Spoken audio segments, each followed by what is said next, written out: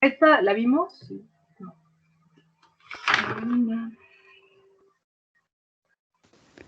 Todavía no vemos sus diapositivas, doctora, pero creo que nos quedamos en la parte de patogenia.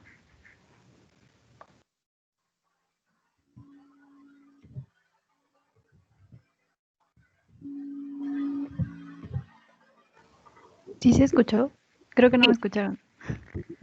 Patogenia. En esta.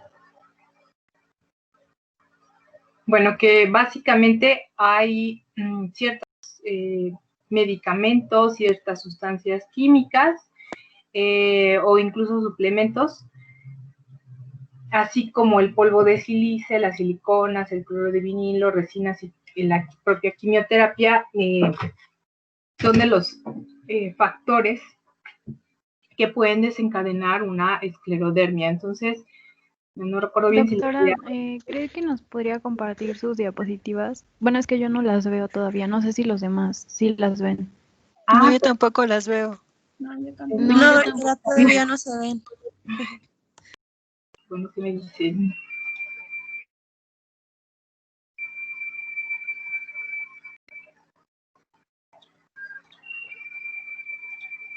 Pues creo que era esta diapositiva. No, llegamos más adelante, doctora.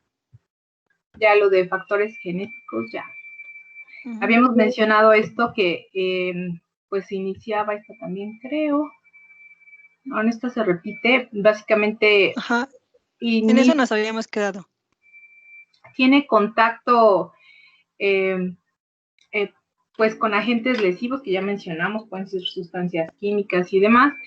Entonces, se va a dar una lesión en el endotelio. Algunos dicen, bueno, algunas teorías mencionan que ya que se tienen contacto con, pues con estos agentes, ya sean externos o incluso propias células que tienen una apoptosis pues errónea, las células dendríticas se van a activar principalmente a través de los receptores tipo TOL. Entonces, pues vamos a tener una actividad de lo que es el macrófago, y con esto, pues, la liberación de citocinas, pero principalmente la activación del fibroblasto, lo cual, pues, una de las características era la producción de exceso de colágeno, la fibrosis. Entonces, aquí en esta imagen yo creo que lo pueden ver mejor. Tenemos aquí la lesión del endotelio, que puede ser por especies reactivas de oxígeno, por virus, por hipoxia, por sustancias químicas. Y bueno, esto al tener contacto en el endotelio va a activar unos mecanismos de transdiferenciación. Entonces, estos mecanismos, por ejemplo, a nivel del endotelio se va a propiciar lo que es la apoptosis de estas células del endotelio y activación de estas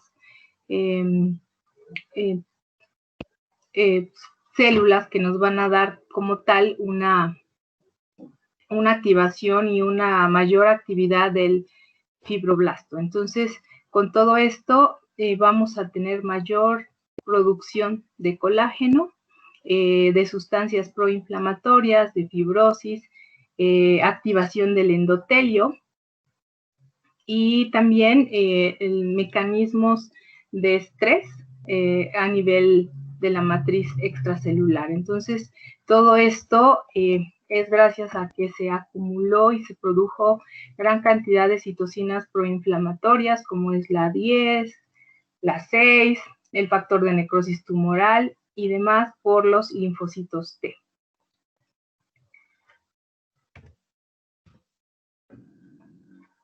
Entonces, de las que más resaltan, que también estaban en la otra diapositiva, era el factor de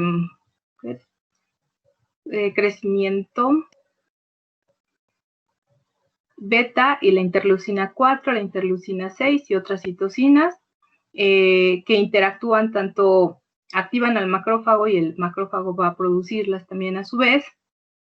lo que nos va a dar como resultado es esta activación de los fibroblastos y la consiguiente fibrosis.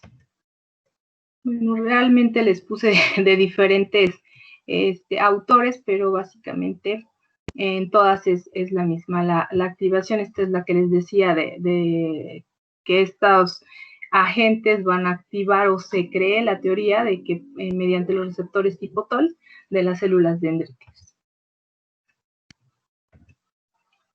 Se ha visto que en estos pacientes los anticuerpos antinucleares están positivos hasta en un 90% y también un 70% de los pacientes tienen uno de estos tres autoanticuerpos, como es el anticentrómero, el topoisomerasa 1 y el polimerasa ARN3.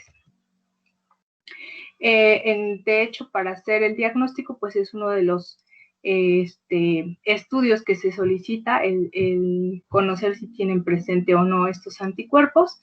Y pues se ha visto que, por ejemplo, si tienen el anticentrómero, lo más común es que presenten una esclerodermia limitada cutánea. Si tienen el antitopoisomerasa, es menos común esta esclerodermia limitada cutánea, y el anti-RNA polimerasa 3, también junto con el antitopoisomerasa, van a tener menos posibilidades de tener este tipo de esclerodermia. Para la difusa, pues es más común el anti-RNA polimerasa 3. Para la afectación pulmonar, intersticial del pulmón y severa, esto es más común cuando están los antitopoisomerasa. Entonces, como la importancia de solicitar estos estudios, porque nos ayudan a la predicción de las probables complicaciones que va a tener el paciente. Entonces, la esclerodermia con crisis renales es más común si tienen el anti-RNA polimerasa 3, y la hipertensión pulmonar arterial es en el anticentrómero. Las manifestaciones clínicas, pues bueno, una de las principales va a ser lo que es el fenómeno de Raynaud, que mencionábamos que esta enfermedad inicia con la lesión a nivel del endotelio. Entonces, los vasos son los principales afectados.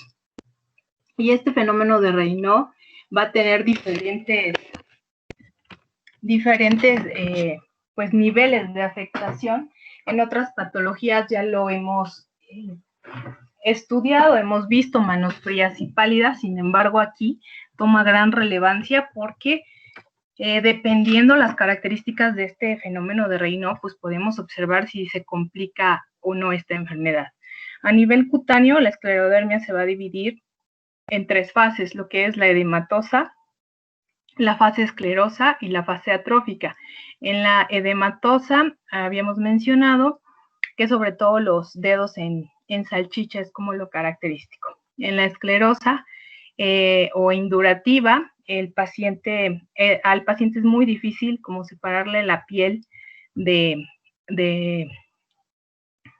separarle su piel, y de hecho pues es importante hacer una valoración de la afectación cutánea.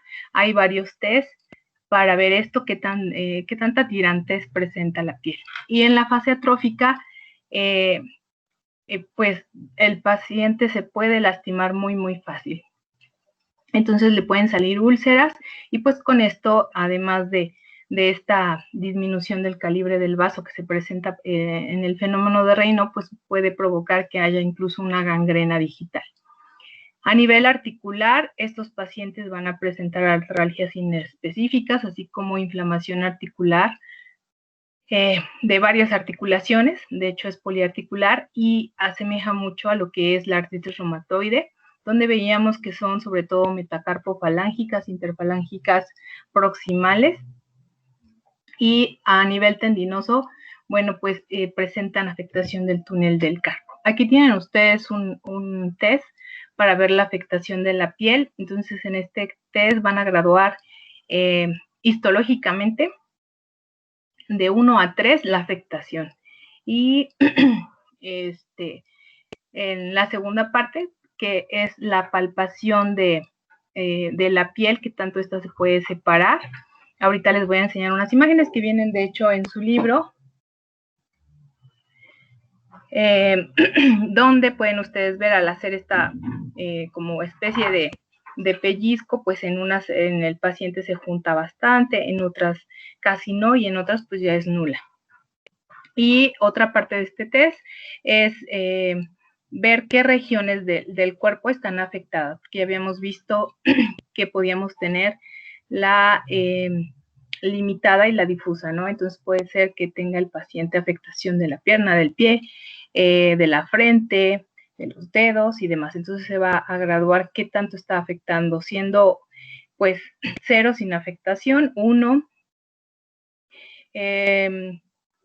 pues ya hay una afectación, pero pues no es tan marcada. En el 2 es una mediana tirantez, el 3 es una moderada tirantez y el 4 es una severa tirantez. Entonces, bueno, aquí para que lo puedan ver un poquito mejor, esta es una tirantez normal. Cuando ustedes en los dedos o en el dorso de la mano se hacen esto, pues se puede separar y notan aquí los pliegues.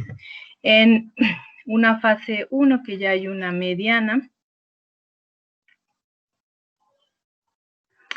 pues pueden ver que ya sí logran separar, pero no hay pliegues como en esta. Y en la moderada, que es una 2, en esta pues ya no se logra como separar, es más como que se ve que necesita incluso mucha fuerza o mayor fuerza aquí el que está valorando. Si ven, incluso se ve una hiperemia en las manos del que está valorando, de que está haciendo mayor esfuerzo en comparación de estos. Y en la fase ya severa, que es la 3, vean, ya no se puede juntar nada. Y bueno, aquí el score máximo pues es de 5, dependiendo obviamente de las zonas afectadas.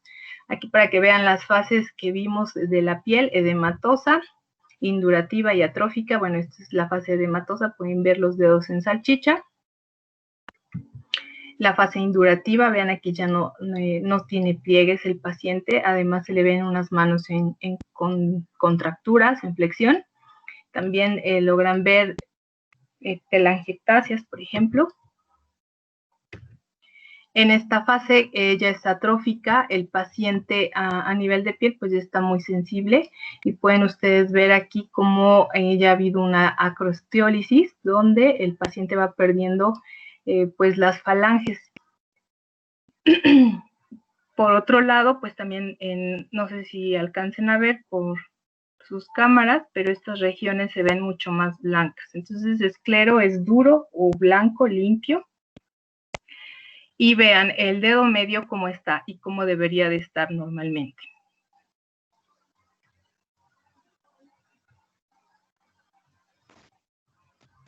Doctora, ¿la fase indurativa sería la misma que la esclerosis?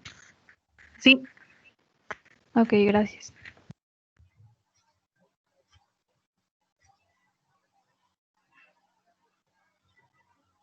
No, están igual, están normal. Así tienen los dedos.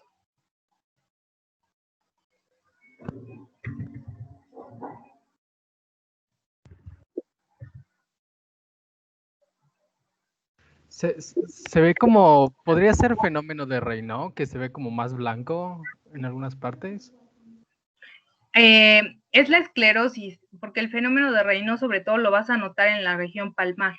Si notas aquí sus pulpejos sí se ven cianóticos, sí tiene fenómeno de Raynaud, pero esto que ves aquí blanco es la esclerosis, es la esclerodermia o esclerodactilia en este caso, porque está a nivel de los dedos. Una pregunta, doctora. ¿Se puede llegar a separar la uña como tal del tejido o va a seguir permaneciendo así como tal? O sea, mientras va pasando la enfermedad. Pues depende si lleva tratamiento o no lleva tratamiento. Entonces, si la paciente no tiene tratamiento, pues incluso esto se puede gangrenar y perder. Gracias. Y luego, pues no hay un tratamiento así que digas, esto le hace efecto y controla y para la enfermedad, no. Pues de hecho, como hemos visto en las otras enfermedades autoinmunes, esto es inflamación, ¿no? Una inflamación crónica y sistémica. Entonces, pues se necesitan glucocorticoides, pero por sí solos los glucocorticoides no le van a hacer el efecto deseado, sino que también tiene que llevar inmunosupresores. Y obviamente, pues el tratamiento también es específico a las manifestaciones que tenga la paciente. Entonces, bueno, aquí ya vieron, ya incluso ya hay una amputación del pulpejo de los dedos.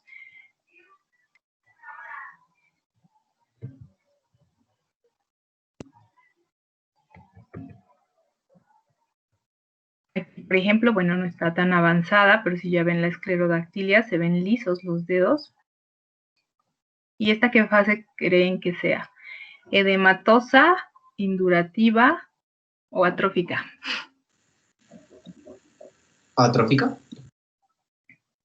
Atróficas.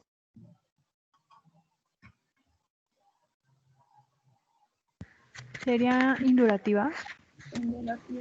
Yo creo que es indurativa. Indurativa. Vamos a empezar con las votaciones. Bueno, pero probablemente sí, ya estemos en una fase atrófica, pero ya en otros grupos me dicen, son los dedos de salchicha y esta es una edematosa. Y no, pues ya realmente pasó por una fase indurativa y probablemente esta sea una atrófica. Realmente tienen ustedes que checar la piel del paciente en directo. Una foto a veces es subjetiva y aquí podríamos decir, como mencionaron ustedes, puede ser tanto una atrófica o una indurativa. ¿Cómo lo vamos a diferenciar? Porque el paciente con un pequeño golpe que lleve se va a lesionar muy fácil su piel. Entonces, en la otra lo veíamos muy adherido, aquí de hecho se nota, pero a la vez también se ve la piel como muy frágil. Y bueno, habíamos mencionado que de la esclerodermia generalizada teníamos una de ellas, bueno, se subdividen y una de ellas es el famoso CREST, por las siglas de C de calcinosis, que aquí ya pueden ver, R del fenómeno de Raynaud, E de la afectación esofágica, S de la esclerodactilia y la T de las telangiectasias. Entonces pueden ver aquí las telangiectasias. Si ven, ya se notan la pérdida de sus pliegues, ya se ve adherida esta piel de los dedos, se nota la calcinosis, incluso ya tienen úlceras por esta calcinosis. Y ahora imagínense el de un vaso o de una arteria. Bueno, aquí tienen más telangiectasias en la lengua, en los labios. Y también estos pacientes presentan problemas a nivel de la mucosa oral, enfermedad periodontal, y es común que pierdan o que tengan pérdidas dentarias.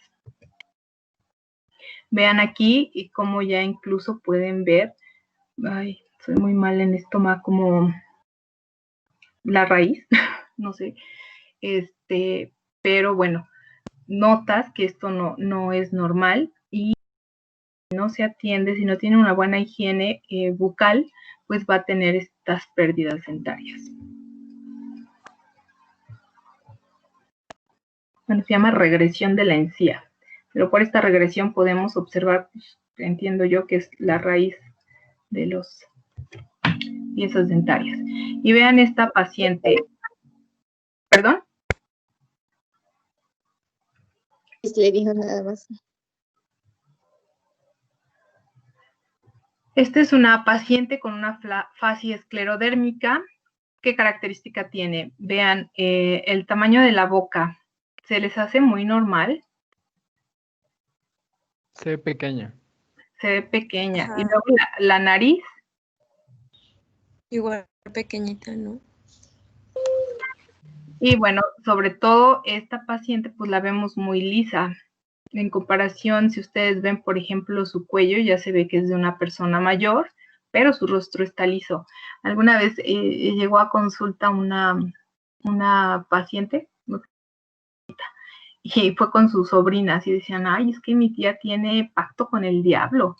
De ella qué edad tiene y ni una arruga, pero pues no tenía arrugas porque tenía esclerodermia. El problema es que estos pacientes tienen problemas para abrir la boca, va disminuyendo y pues obviamente con esto para comer. Entonces, este rostro, pues ya ven el borramiento de los pliegues. En una fase atrófica se van a volver a marcar los pliegues, pero en esta indurativa se pierden los pliegues nasogenianos. Y bueno, el afilamiento de la nariz, de hecho pueden llegar a tener perforación del tabique nasal. Y vean aquí ya, esta es una fase atrófica. Y también pueden notar las telangiectasias en el rostro de la paciente. Otras manifestaciones orales, pues vean aquí el frenillo de la lengua está acortado y está engrosado. Este paciente ya tiene las pérdidas. Y vean, la abertura bucal es muy pequeña. También pueden notar las telangiectasias, igual notan la nariz como más afilada. Además, su piel, si ven, también se ve que tiene un síndrome seco asociado. Se tiene que mantener muy hidratada la piel del paciente, hacer masajes, hacer ejercicios por toda esta situación. Y bueno, aquí pueden notar la tirantez de la piel, tanto periodontal, que va a disminuir la apertura oral. Pueden observar también los surcos alrededor de los labios. Y pues también la resequedad, pero creo que se notaba más en la imagen anterior. Vean aquí. Doctora, tengo otra pregunta. ¿Sí? ¿En qué fase sería más común encontrar las telangiectasias tanto en el rostro como en la mucosa oral? Esto no se relaciona porque sea de la fase indurativa, es lo que mencionábamos con el CREST. Entonces, cuando se encuentran todas. O sea, solamente con que sea sistémica se van a encontrar. Ajá. La generalizada y la de, bueno, en el CREST es que encuentres todos estos síntomas juntos. Pero que haya que en una fase más, en otra, no. Si ven aquí, por ejemplo, se ve una atrófica y se notan las telangiectasias. La otra paciente tenía indurativa y también se notan las telangiectasias. Ok, gracias. Doctora, yo tengo una pregunta. Uh-huh. Una vez en una consulta de dermatología me tocó ver un paciente con esclerodermia y pues la verdad es que no se le veían como estas facies, sino lo que él tenía era que su cara era asimétrica y tenía como una línea, una línea desde la parte de arriba del cráneo que le atravesaba como hacia los ojos. Es la diapo que les pasé al principio. Esa es una esclerodermia lineal, que es la localizada, si recuerdan, se dividía en lineal, morfea o placa. Entonces, más o menos es esta imagen lo que has de haber visto. Sí, bueno, el paciente tenía un poquito más de cabello, pero no era tan aparatosa, era un poquito menos evidente. Probablemente no tendría tanto tiempo. Digamos, aquí como afecta la parte del cuero cabelludo, pues ahí ya el paciente deja de tener crecimiento de cabello y demás. Pero sí se da un hundimiento, se da una adherencia, se ve como una cicatriz. Entonces varía, les había enseñado unos de brazo, otros de abdomen. Entonces, por eso es importante pues identificar el tipo de esclerodermia que tienen los pacientes. Ay, yo creo que era más atrás. Normalmente pues la localizada no va a tener una afectación sistémica, entonces tiene mejor pronóstico, pero pues sí les afecta dependiendo en la zona que esté la movilidad. El problema aquí de la generalizada pues es esta afectación cutánea, la afectación esofágica, la afectación pulmonar, el fenómeno de Raynaud, tienen mucho más complicaciones y pues obviamente por eso les mencionaba que era de mal pronóstico. Sin embargo, pues es importante también no asustar a los pacientes porque, por ejemplo, si no remarcábamos esto de los tipos de esclerodermia, pues a lo mejor se van con la idea de que todo esto les va a pasar a los pacientes. Y alguna vez una paciente comentaba que pues siempre la atendió un angiólogo por su problema vascular, pero falleció el doctor y sus hijos también son médicos y la veían, incluso le querían hacer una cirugía o algo así, pero con el tratamiento farmacológico que estaba llevando como que no sentía tanta mejoría. Entonces, pues ya buscó otro médico y le dijo, así tiene usted esclerodermia, mire, se le van a hacer así las manos como comeduras de ratón y va usted a perder los dedos y las falanges y todo, vea, y le enseñó fotos. Entonces dice, cuando le tocaba su siguiente consulta, su hija así como que, ¿cuándo sacas la cita? Ya pasaron los 3 meses, ¿cuándo vas a sacar cita? Pasó otro mes y ya le dijo, ¿sabes qué? No quiero regresar ahí. Me dejó súper deprimida con todas las imágenes que me puso. Yo ya llevo años con esta situación y pues él dice que casi que le quedaba poco tiempo. Entonces, pues sí hay que ver qué tipo de esclerodermia tiene y qué afectación. Normalmente no son tan graves las localizadas, pero pues al final sí les restringe porque en la zona donde se da pues va a haber una anquilosis, si es por ejemplo movible como el brazo, la mano, pues van a perder esa movilidad.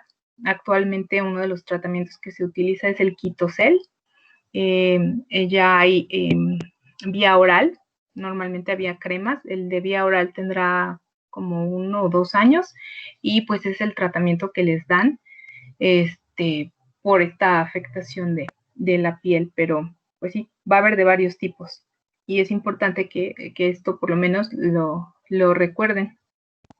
Vean aquí la mano, si ven, pareciera como de una paciente de artritis reumatoide, como si tuviera la deformidad. Sin embargo, la gran diferencia es la esclerodactilia que pueden ustedes observar, no tiene pliegues, se le ven esas contracturas en flexión.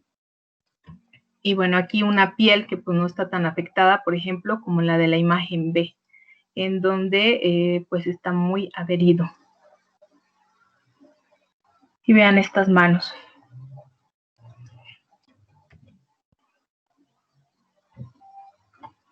Es común que les aparezcan estas úlceras, sobre todo en las articulaciones interfalángicas proximales. Los pacientes tienden mucho a dejar su mano como en flexión o en puño y pues luego si se les anquilosa ya no pueden extenderla y no sé si se van a levantar o algo, se apoyan en su puño y pues es muy fácil que se lesionen. Pero bueno, aquí recordar que estamos hablando de una enfermedad autoinmune. Este tipo de lesión quiere decir que también, aparte de que si se golpeó por muy suave que haya sido, pues puede ser una manifestación sistémica de la inflamación de esta patología. Estas las bajé del libro, o sea que ahí tienen las imágenes y pues obviamente van a necesitar tratamiento, vendajes oclusivos. Vean esta, ya incluso gangrena que mencionábamos hace rato.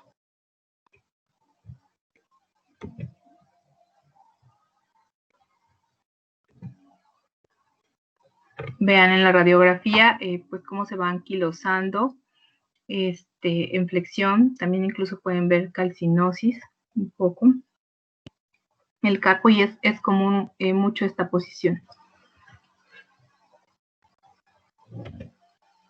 Aquí para que vean la crostiólisis.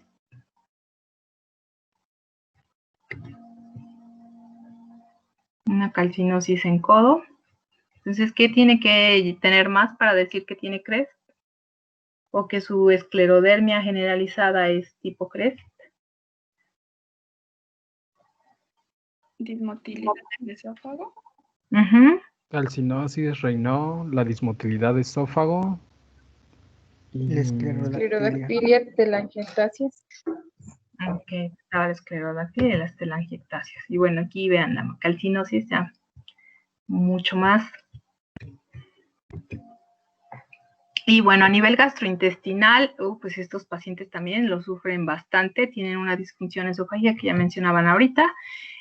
A nivel inferior y del esfínter, van a presentar reflujo, pirosis, atonía, dispepsia. A nivel hepático, cirrosis biliar primaria, hepatitis crónica persistente. A nivel pulmonar, ya habíamos mencionado, también todo esto, recuerden, no es a todos. Les pasé la diapositiva donde dependiendo los anticuerpos es que se nota un poquito más. En algunas puede aparecer, pero es algo raro. Entonces, por eso es importante estos estudios de anticuerpos. La fibrosis intersticial, hipertensión pulmonar primaria o secundaria y pleuritis fibrosante. Bueno, hay divertículos. Vean las manifestaciones gastrointestinales. Esta es una endoscopía y pueden observar, a esto le llaman en sandía, imagen en sandía. ¿Sí leyeron esa parte?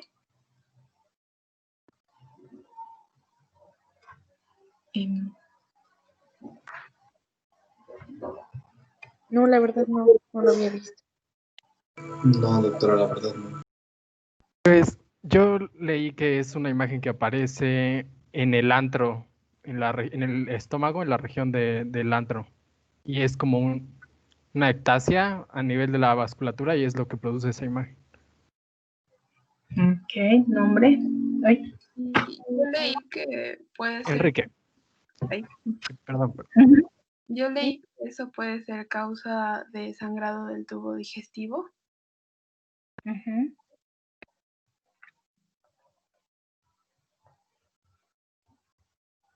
Okay, nombre.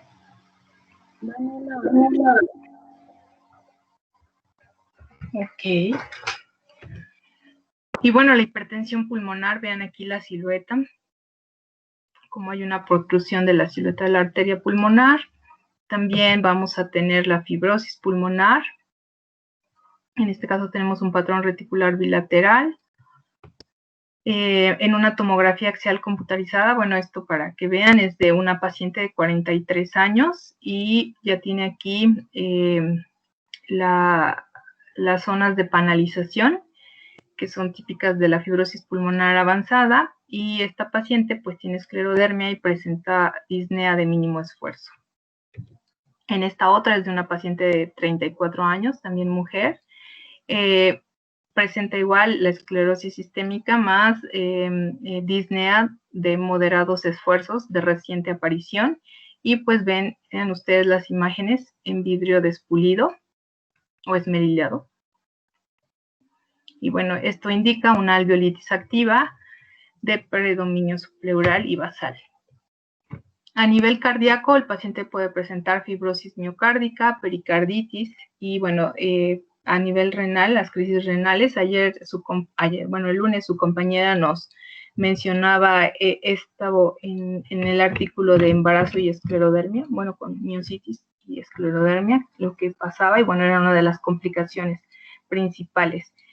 En el caso del fenómeno de Raynaud, que es aquí como dependiendo en el curso que éste lleve, es el pronóstico también de la paciente. Entonces, pues tenemos que por lo menos hacer, checar que es realmente un fenómeno de Raynaud. Para ello, bueno, recomiendan estas 3 preguntas. A ver, alguien que me ayude. Ya pasaron todos el nivel 4 de inglés, yo lo sé. ¿A leerlo? ¿A leerlo nada más? Bueno, a Sí, traducirlo. La Sí. primera sería, si tus dedos son inusualmente sensibles al frío, tus dedos cambian de color cuando están expuestos a temperaturas frías, y si tus dedos se vuelven blancos, azules o ambos. Ok, muy bien. Ahora la compañera que también quería participar. ¿Qué pasa si sí? ¿Qué pasa si no? Dice, si es positivo, si son positivos a las 3 preguntas, hay que hacer diagnóstico diferencial, y si es negativo, Menos de 3 preguntas. Menos de 3 preguntas, perdón. Menos de 3 preguntas. No entiendo un rock train. Bueno, pero habla sobre, creo, el tratamiento no farmacológico. Ok, bueno, perdón. Si no tiene, si te responde a las 3 que sí, entonces vas a seguir esto, o tratamiento no farmacológico y pues obviamente un diagnóstico diferencial. Si hay menos de 3 positivas, entonces pues no pensamos en un fenómeno de Raynaud. Ahora, dentro del el tratamiento no farmacológico tenemos todas estas ayudas.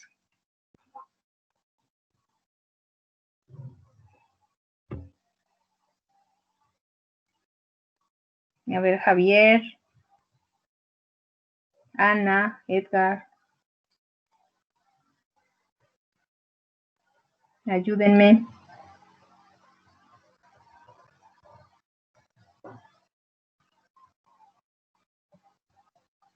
Bueno, ¿puedo? Sí, adelante, Edgar. La primera parte del cuadro izquierdo empieza primero mencionando que primero vamos a evitar el frío. Esto lo vamos a hacer con mantener el cuerpo caliente, evitar los cambios de temperatura no sé qué. También vamos a evitar como los frentes fríos o temperaturas, las corrientes frías, y vamos a tener que estar moviendo comúnmente el cuerpo, mover the body. Vamos a reducir la respuesta emocional al estrés, y menciona que comúnmente la ansiedad, access no recuerdo qué era. Sería como tomar en Reducir, ¿no? consideración las drogas que podrían agravar la condición. Factores desencadenantes o que pueden agravar las manifestaciones. Por ejemplo, ahí dice los medicamentos que se ocupen para la migraña, por ejemplo, los antagonistas de serotonina, preparaciones en frío, por ejemplo, los agonistas del simpático, supongo, betabloqueadores, cafeína, metilfenidato, dextrofatamina, bueno, pues no lo conozco. Luego dice los fármacos o sustancias que reduzcan el peso del paciente, los agentes quimioterápicos y otras drogas, como la cocaína, y esas, bueno, ya aparecen. Cocaína, interferones, y no sé, polivinil, no lo conozco. Y hasta el último dice tratar las causas secundarias que sean corregibles. Las situaciones secundarias por el fenómeno de Raynaud. Como no vamos a tener una buena irrigación, pues podemos ver, ya hace rato vieron las imágenes, incluso llegar hasta una isquemia, a una gangrena. Entonces, por eso es importante pues tratar de llevar un estilo de vida en donde no se exacerbe, y sobre todo si ya se manifestó y va muy avanzado, pues atender esas complicaciones. Ok, gracias Javier, gracias compañeros. ¿Alguien más? María José. Bueno, Ana dice que Laura. Sí, que para el fenómeno de Raynaud primario, el diagnóstico diferencial pues lo tienen que hacer si es un fenómeno de Raynaud primario o secundario, y ahora sí, ¿verdad? Sí, entonces dice que pues ya, en caso de fenómeno de Raynaud secundario puede ser por enfermedad reumática, por esclerodermia, por lupus eritematoso sistémico, dermatomiositis, síndrome de Sjögren. Reumáticas como la esclerodermia, el lupus, dermatomiositis. Okay. Síndrome de Sjögren o alguna enfermedad del tejido conectivo. También por desórdenes hematológicos como de las crioglobulinas, de las criofibrinógenos, desórdenes paraneoplásicos, ese no sé que sea Aglutininas frías.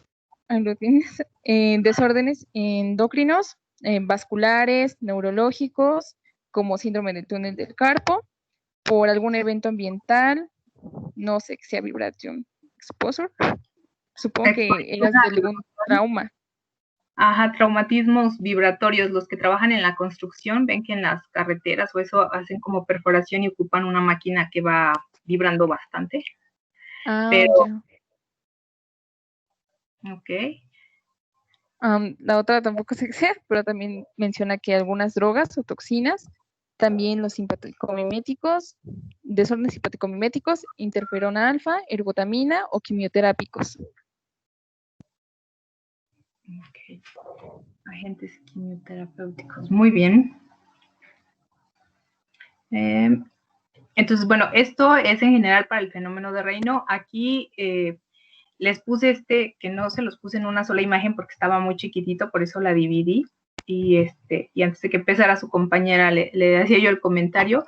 Es porque podemos tener como tal el fenómeno de Raynaud. Les mencionaba que ya no me acuerdo su nombre, pero se apellidaba Raynaud, un doctor francés. En su práctica, para checar si lo tenían o no, a cada paciente que le llegaba le hacía tocar el hielo. Tenía un cubo de hielo enorme en su consultorio y veía si se presentaba o no el fenómeno de Raynaud. De ahí que se tengan que hacer estas preguntas. Si es común que a las pacientes sean sensibles al frío, si tienen cambios de coloración cuando se exponen al frío en sus dedos, o si se les llegan a poner azules o blancos o los dos. Entonces, podemos tener un fenómeno de Raynaud primario, que el paciente es lo único que presenta, y de hecho hay personas que dicen, yo siempre tengo las manos frías o los pies fríos, y hasta ahí, ¿no? El problema aquí en esta enfermedad autoinmune, pues es que tenemos estos fenómenos fibróticos y lesión a nivel del endotelio. Entonces, de ahí todas estas manifestaciones y pues este fenómeno de Raynaud se va agravando. Por ello, es importante que ustedes conozcan todo lo que la paciente tiene que evitar. Dice uno, bueno, exponerse a las corrientes frías, pues yo creo que ya culturalmente siempre dicen, tápate, tápate, que no te dé el aire, tápate esto, aquello. Pero actualmente, por ejemplo, con las clínicas estas de esteticismo y demás, estaba yo viendo el otro día un reportaje de que los ponen en cámaras frías. Entonces, pues realmente si tienen esta patología, pues no lo deben de hacer. O si también pues ya es mucho más común esto de las prótesis mamarias, glúteas y demás. Entonces también ahí pueden tener o ser los desencadenantes de como tal la patología, y también pues de que se agrave el fenómeno de Raynaud por lo que contienen estas prótesis. Entonces, en estas de cámaras frías, lo único que tenía cubierto el que entra a esta cámara son las manos, los pies y pues bueno, el pecho y pues ropa interior básicamente. Todo lo demás al descubierto y creo que eran como 5 minutos. Entonces, en estas pacientes, incluso abrir el refrigerador para ellas puede ser letal por esa vasoconstricción, y uno de los tratamientos que se realiza es una simpatectomía, ya que el simpático pues es el encargado de hacer esta vasoconstricción. Y bueno, aquí tienen una imagen. Aquí solo es una fase isquémica, tenemos la palidez de la piel, de la cara palmar de los dedos, por eso le preguntaba, o una de las preguntas era si se les ponían morados o blancos, si era sensible o no al frío. Aquí ya una cianótica, pueden ver la coloración violácea y otras regiones blanquecinas, entonces esta paciente tiene las dos situaciones. En esta pueden ver lo blanco y pues está mucho más marcado. Están en las dos manos, pero en una ya se ven 3 dedos pues ya afectados. ¿Cuál está más complicado o más avanzado? ¿La imagen violácea o la blanca? La blanca quizá, ¿no?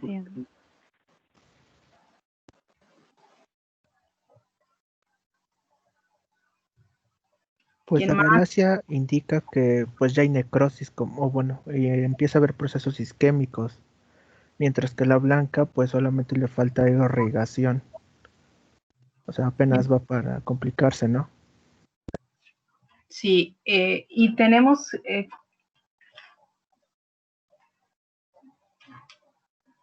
Doctora, ¿no deberían quitarse los anillos de estas personas? Pues de hecho, porque al final pues es algo que puede estar comprimiendo los vasos. Va, de acuerdo. De preferencia, pues es que usen guantes, así haga un calor, las pacientes los van a ver con guantes, que hagan muchos ejercicios de mano, porque en un principio disminuye el calibre de los vasos. Creo que aquí adelante tengo una imagen. Vean, y pues después se van perdiendo. Por ejemplo, aquí seguimos este. Vean el grosor, se va haciendo más delgado, y aquí llegó, pero súper delgado. En esta, sin embargo, ya no llegó a estas últimas falanges. Entonces, si ellas se exponen un poco más al frío, pues va a haber una mayor vasoconstricción y pues obviamente la lesión celular, una de las principales causas es la hipoxia, ¿no? Un estudio que se le realiza a los pacientes es la capiloroscopía, que ya habíamos visto algunas imágenes en las miopatías. ¿Sí recuerdan cuáles eran las características de la capiloroscopía en las miopatías? ¿Se veían megacapilares? Ajá, muy bien. Eran 3 cosas. También era la tortuosidad. Se veían megacapilares, no formación de vasos y microhemorragias. ¿Capilares tortuosos? Microhemorragias. Aquí en la esclerodermia, ahí es donde vamos a ver los capilares tortuosos. Vean esto. Aquí tienen una imagen normal, vean, todos están muy alineados y pues más o menos continuos, ¿no? Eso es un patrón normal. En el caso de esclerodermia, de inicio temprano, vean cómo ya se empezaron a dilatar estos capilares. Este está mucho más dilatado.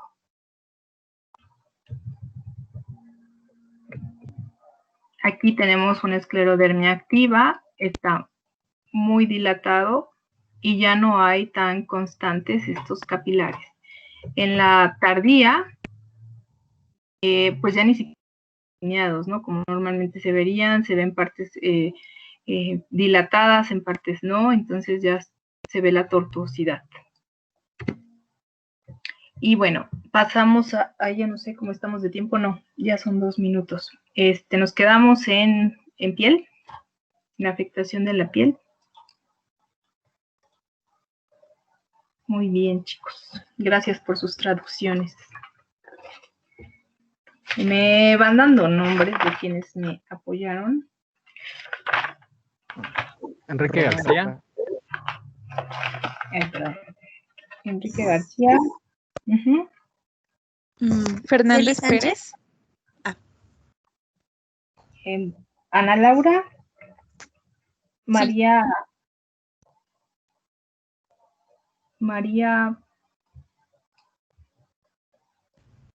Mande. Ajá. María Eugenia. Ajá. María Eugenia Celis, doctora, perdón. Ana Laura también, ¿o no? Edgar, igual. Sí. Jaramillo Muñoz, Javier, soy yo.